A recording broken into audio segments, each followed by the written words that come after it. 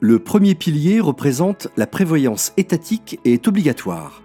Parce qu'il doit assurer le minimum vital, il constitue le socle de la prévoyance retraite. La prévoyance vieillesse, reposant sur le système des 3 piliers, est essentielle pour la Suisse. Le système a fait ses preuves, mais il nous impose de relever des défis à l'avenir.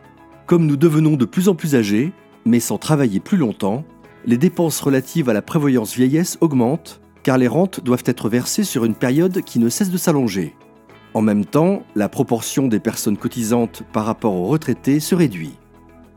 Pour le premier pilier, cela constitue un véritable défi, car il fonctionne suivant le principe de répartition. Cela signifie que les cotisations versées par les personnes actuellement actives et les employeurs sont directement utilisées par les personnes retraitées. Ainsi, s'il y a plus de bénéficiaires d'un côté que de cotisants de l'autre, il en résulte un découvert. Pour combler ce découvert du premier pilier, il existe 3 possibilités. Il faut soit augmenter les cotisations de l'AVS, soit diminuer les rentes, soit relever l'âge de la retraite.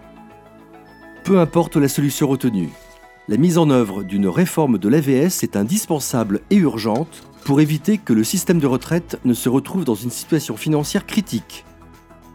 La nécessité de réformer l'AVS montre les faiblesses du premier pilier. Elle indique clairement que le premier pilier ne peut garantir la prévoyance à lui seul.